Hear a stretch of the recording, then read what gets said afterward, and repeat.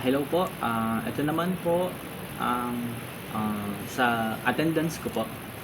So, una po sa lahat, start po ulit tayo sa G97. Ito po yung pagsaset ng ating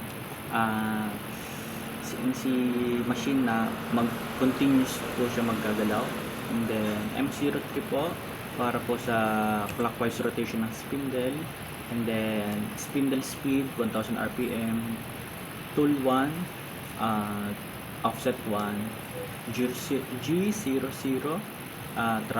rapid traverse, kaya po X55 Z10 po ang ginamit natin para po malayo po siya sa pagsisimulan, para po safe. And after po nun, lalagyan naman po natin siya sa malapit po sa mismong material natin, Z2.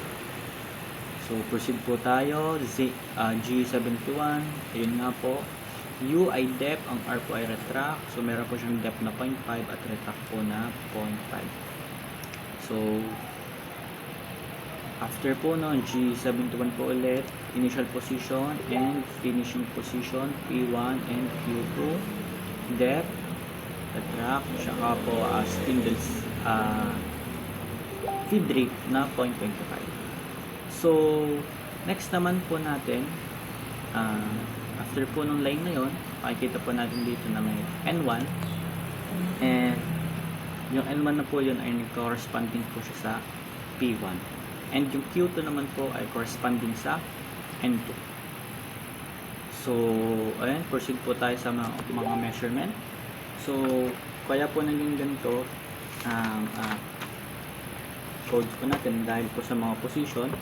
So sa position po natin, makikita po natin na nagsimula po tayo sa 16-0, 16-0, 24-3, 24-10, 34-13, 34-23, 40-26, 44-26, and 50-29. So ayun po. Doon po natin makikita ang pagkakasunod-sunod ng pwesto natin. So N1, G01, ang G01 po natin ay linear interpolation. Ito po yung linear motion ng pagkakat natin.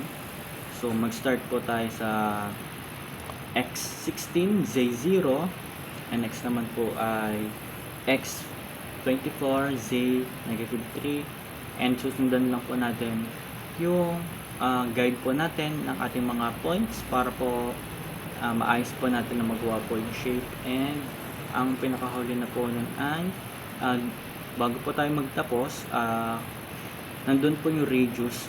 Gumamit po tayo ng G03 para po sa ang G03 po ay counterclockwise rotation, and G02 po ay para sa clockwise rotation.